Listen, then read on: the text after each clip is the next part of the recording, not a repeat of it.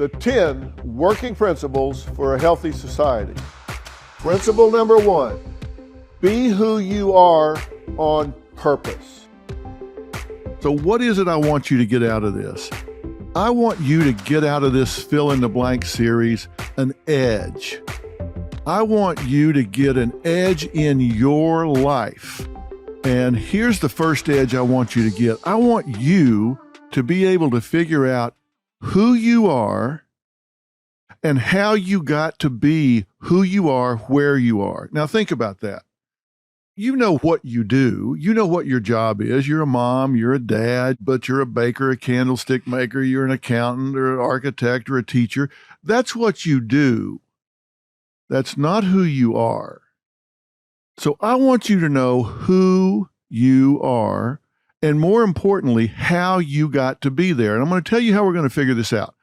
All right, now to help you figure out that distinction, I've got to give you some tools to do that, okay? The first thing I'm going to ask you to do is move your position. To understand what I mean by that, I want you to fill this sentence in for me. How would you complete this sentence? I would rather be right than blank. Think about that. I'd rather be right than blank. Now, I guarantee you 90% plus of you finished that sentence this way. You said, I'd rather be right than wrong. Of course, you'd rather be right than wrong. Nobody wants to be wrong. If you're in an argument or you're picking out something, you always want to be right. So you'd finish that sentence, I'd rather be right than wrong. I want you to move your position just for the time that you're listening to me today and for the rest of this Living by Design series. What I want you to do is think about it differently. I want you to finish the sentence this way. I don't want you to say, I'd rather be right than wrong. What I want you to say is, I would rather be happy than right. Now, that's very different. I would rather be happy than right. Look, we have enough right fighters. We got enough people out there that are right. They're always right, always got to be right. God, don't you get sick of those people that are right all the time. I don't want you to be one of those. I don't want you to be right. I want you to be happy. I mean, you might get in an argument with your kid and say, get a haircut, no tattoos, shut up, do what I tell you. You may be right because you're the parent, but does it make you happy? Does it make your family happy? So I'm going to ask you to move your position just for the time we're talking. Instead of being so committed to being right, in terms of evaluating everything I talk to you about in terms of whether what I'm telling you is right or wrong, what I want to ask you to do is look at it in terms of whether what I'm telling you makes you happy. Now, when I say move your position, what do I mean by that? Think about it. I can say, okay, stand at the hood of your car. Now move to the trunk of your car. That's moving your position. That's what I want you to do in your attitude, your mind. I actually want you to move your position. Now, what do you have to do to affect this change from being right to being happy? Well, let's call roll, because I want everybody here that needs to be there in order for this to happen. And I got some good news and some bad news. It's a short list. Because the good news is the only person you need to make this change is you. The bad news is the only person you need to make this change is you. Now, why is that bad news? Because you can't blame anybody. You're not a victim. You can't say, well, my wife's got to change. My husband's got... No, they don't. No, they don't. They can do whatever they want to do. You have to be the one that changes your attitude. Maybe they'll change, maybe they won't. But when I call roll on who needs to be involved for you to stop being right and start being happy, you're the only one that's involved. You're the only one that you control. And doesn't that work out well? You're the only one you need to control to change from being right to being happy.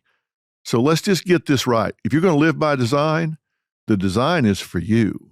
Everybody else you can inspire. I mean, you can get them all excited. Maybe they want to follow you, maybe they don't. But the only person you control is you. So let's clean your house first. We'll worry about everybody else later. By the way, that's always been the case. You have always been the only person you've ever controlled, and you have been doing it on purpose. You may not have thought you were, but you have always done this on purpose.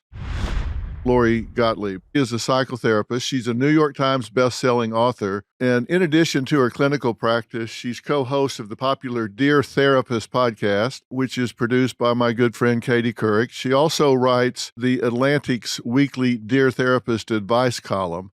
We shoot in Hollywood, as you know, having been here. I ask people a lot, if you were going to write a script for the rest of your life, what would you want it to be? You know what you're living, you know what you're suffering, but if you were just king or queen of the forest and you could write the script for the rest of your life, what would it be? And it is very sad to see that they have a really difficult time envisioning being the star in their own life. Who's going to star in your life if it's not you? And they really have a hard time putting together a vision where they're the star in their own life. Because nobody has ever asked them that. Nobody has ever said, you are the protagonist of your own life. How would you like this story to go? Most people have never thought about their own lives that way. They don't realize how much agency they actually have. And I think that's one of the most empowering things about asking yourself these questions. In my TED Talk, I get up on the stage and I say, we're all going to die. That's something that I say to people. And I find that it really motivates people to know that life has 100% mortality rate. It's not for other people. Every single one of us is going to die. What do you want to do with your time here? And I think when people are really aware of that, not in a morbid way, but in a way that feels like I need to live with intentionality. When I wake up every day, am I living with intention? Am I living the kind of life that aligns with my values, that aligns with the kind of life I want to have? And if I'm not, what can I do differently? And what's keeping me from doing that? You've got to be who you are on purpose. I love that you talk to people about that and challenge them to write this up, figure out how they want to be in a new narrative and do what they want to do. And it's not about abandoning their lives. You don't have to leave everything. You just change the way you are. You're not going to drop your kids off at the mall and say, I want a new life, and just leave them there. But you can do it differently within the confines of your life. Yeah, absolutely. And there's a woman that I write about in the book who is about to turn 70 and feels like that, kind of the runway is behind her and she doesn't know what she can change at this point. And she goes through extraordinary change. So I think it's never too late to change. And I feel like it's being really aware of how we're living our lives is important at any age. It's not just, let's look at the runway behind us. I think, we should be teaching that to our kids. Live with intention, be clear about what you want, who you are, what is authentic to you, the kinds of relationships you want to have with others, the kind of relationship you want to have to yourself. That's important for all of us. And that's what I think you and I are both trying to do in our work. I also feel like people have the answers. They just don't necessarily have access to them. And our job is to help them access the answers that they already have. We're seeing spikes in depression, anxiety, loneliness with our kids. We're seeing adults that are intimidated by what they used to take for granted in terms of social interaction and the competition of career. I think people thought when the quarantine was lifted, it was going to be like that scene from Greece when it was the last day of school and those doors flew open and they all ran out into the carnival and everybody was dancing and singing like, oh, it's over, we're free. And it hasn't been that way at all. A lot of people are feeling trepidation and resisting a little bit, having fear, getting back into things that once was like falling off a log.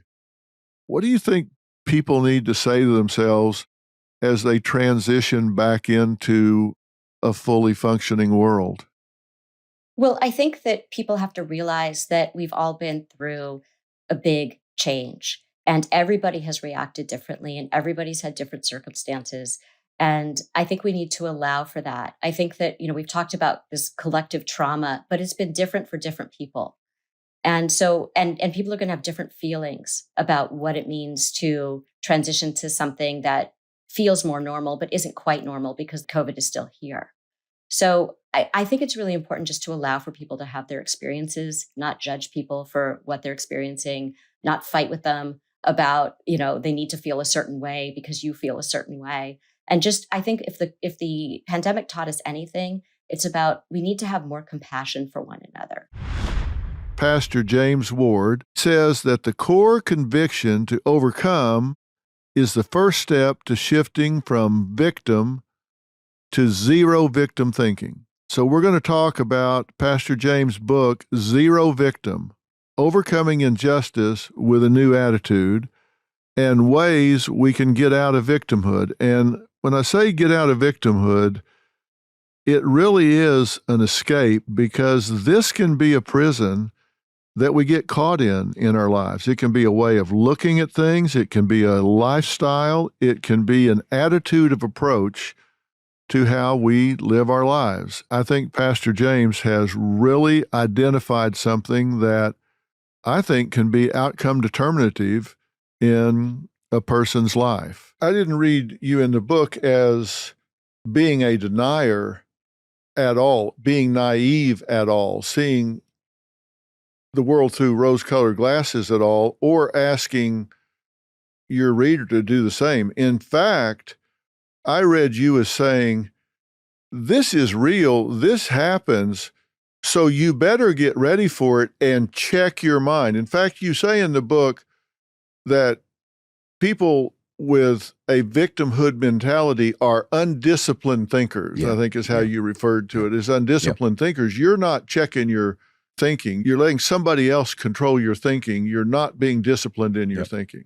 Undisciplined emotionally. Right. I talk about that as well, which I think is a conversation that's not happening.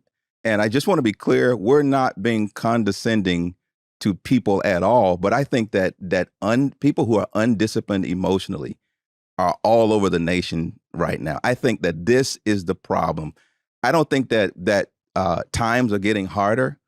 I think people are getting weaker in some situations. I think that we're not conditioning and tempering our hearts and our minds to deal with the things that we're facing off with. Victim mentality right now, it's like being in a maximum security prison with no walls. And now all of a sudden we're creating safe spaces and all these kinds of things for people to retreat to, because we're not building better people. We're not tempering our emotional thresholds, in the workforce. I mean, we'll check a resume. Where'd you go to school? How did you score on the LSAT, the GMAT, the GRE? But we're not checking emotionally, are people tempered and strong from an emotional standpoint? And so I just think it's a quotient that's not being addressed. We're silent on the issue in society, and we're seeing victim thinking is now becoming the soil from which all of the division, all of the political vitriol, all of the hatred, all of the exasperated racism and the conflagration of emotions in our nation is all growing from the soil, the very fertile soil of victim thinking. And not just in the area of race. I deal with women who have been molested, who've gone through situations where they've been abused. We deal with folks who are dealing with divorce and have gone through bankruptcy. In any situation, victim thinking, it becomes like a maximum security prison with no walls. And my heart is to see people free, to see people liberated, to live in the dignity, to live out the fullness of God's call for their life. And it has everything to do with their perspective and how they manage the emotions. I say that emotions now have become, I use the term emotional EWMDs, emotional weapons of mass destruction.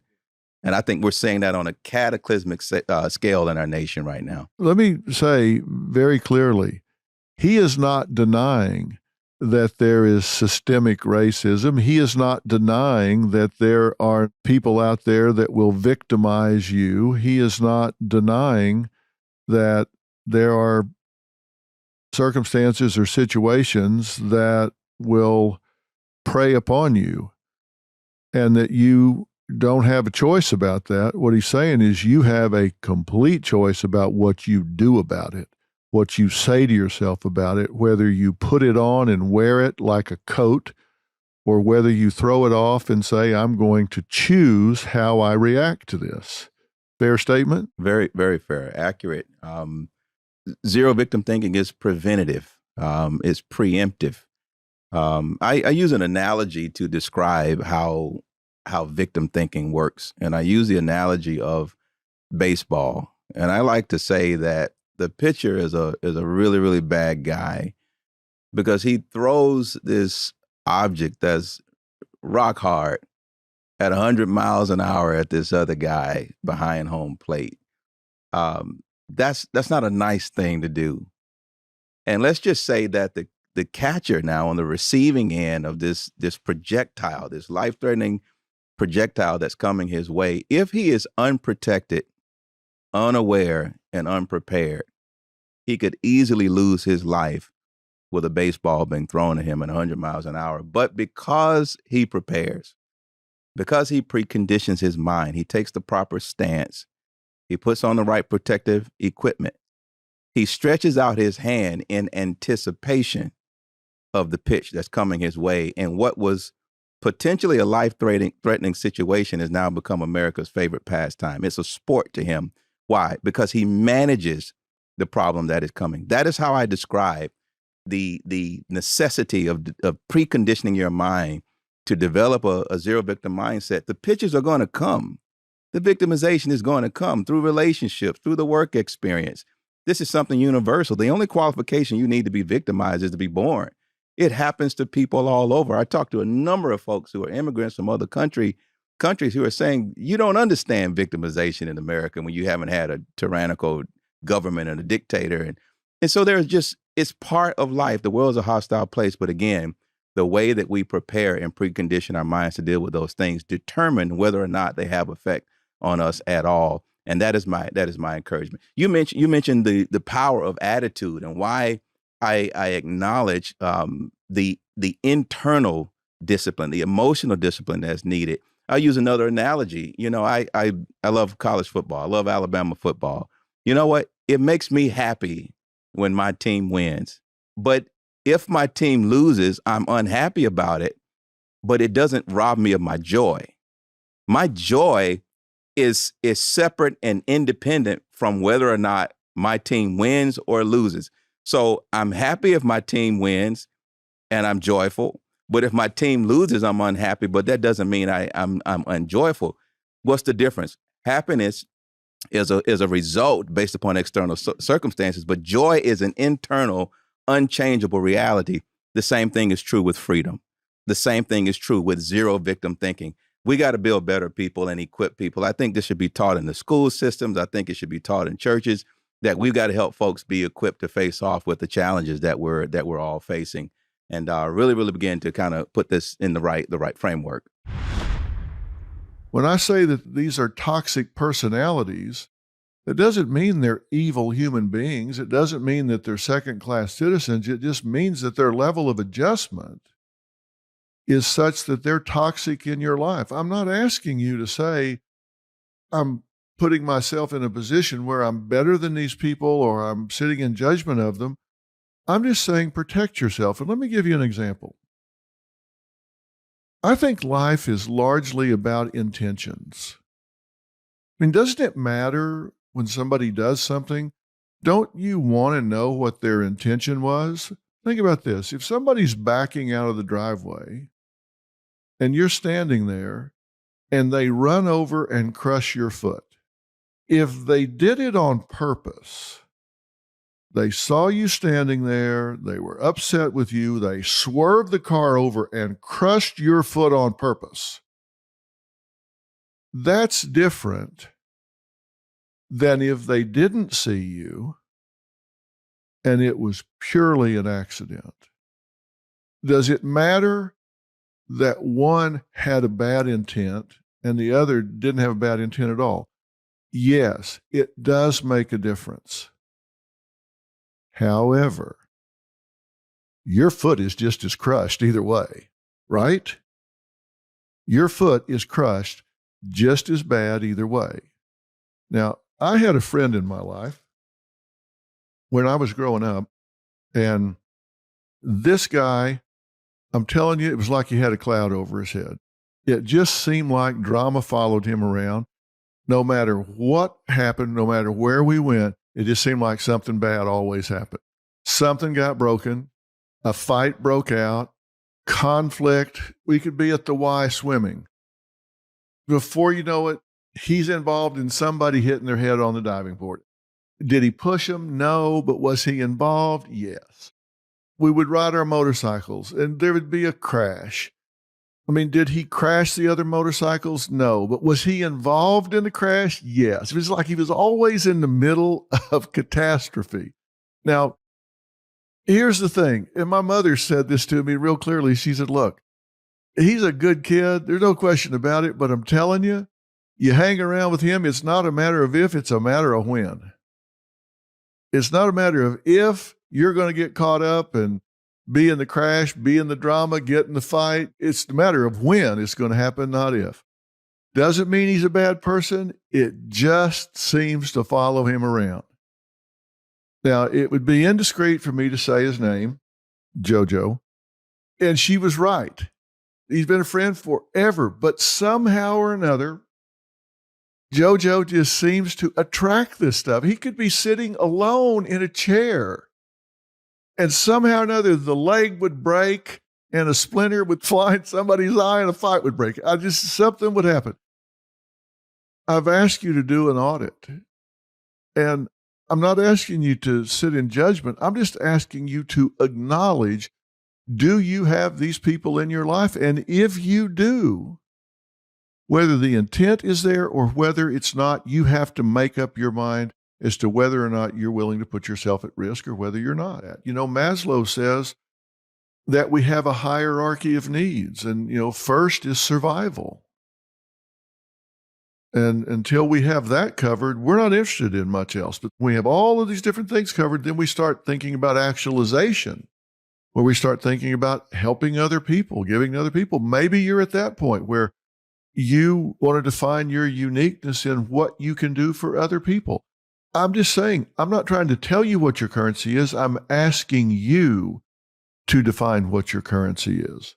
And once you decide, okay, I know what my image is. I know who I am. And part of that image is the right to set up boundaries and get these toxic people out of my life. It doesn't matter whether they meant well or not. They're not working for me. It's not helping me in the pursuit of healthy goals. These people, maybe they'll work for somebody else. They don't work for me. Our chemistry isn't right. We don't click. Maybe they're just bad intent people, and you damn sure need to get rid of them. But you have the right to control your relationships and get people out of your life. That's part of your image. Control your relationships.